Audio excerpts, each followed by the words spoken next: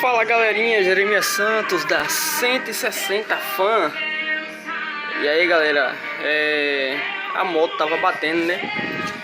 Aí quando eu chego numa velocidade da primeira marcha, segunda, terceira, ela faz um barulho como se tivesse alguma coisa quebrada aqui, ó, né, no peão. Alguma coisa. Os mecânicos acusou a roda, né? Os caras falaram, não, é a jante que tá torta, que tá jogando a corrente pro lado e pro outro. Aí eu fiquei, rapaz, como é que um agente joga? Talvez, pode ser. Aí mandou desempenar a jante. Desempenei, ficou a mesma coisa, nada. Beleza, aí eu cheguei em outra oficina, né? O cara falou bem assim, que nada, pai, essa relação tem quanto tempo? Rapaz, essa relação aqui foi R$220, da boa, é a melhor que tem. E tem 3 meses apenas, né? E aí o cara falou, então esse é o peão, troca o peão que tá bom, o dente tá quebrado. Aí ele falou que o dente estava quebrado e eu acreditei, nem olhei, é brincadeira. Resumindo, trocou o peão. E aí continua a mesma coisa.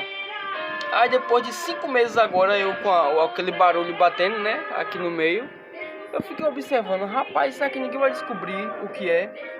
Aí quando eu chego aqui, ó, não sei se dá pra focar aí. Olha o que é que tá faltando aí na corrente. Deixa eu focar aí que vocês vão ver. Deixa eu focar mais longe.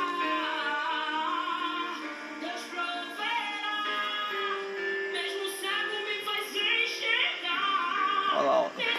Quebrado por dentro. A partezinha da corrente, ó, solta por dentro. Só o ferro, mas aí tá fazendo aquele barulho, né, de estralo. Que ele é quadrado lá por dentro, aquela parte quadradozinha. Não tá nem focando, velho. Deixa eu focar direitinho pra vocês verem aí.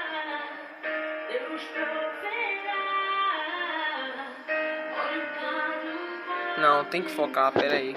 Vocês vão ver.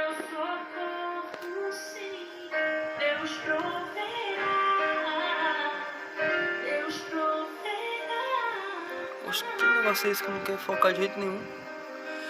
Olha lá, ó, pegou agora. Tá vendo a partezinha ali? Olha lá, ó. Quebrada. Então, esse foi o defeito. E eu ia trocar a relação todinha, viu? Só que agora só vou trocar só esse gominho aí, ó. Trocar logo esses 3 aqui próximo.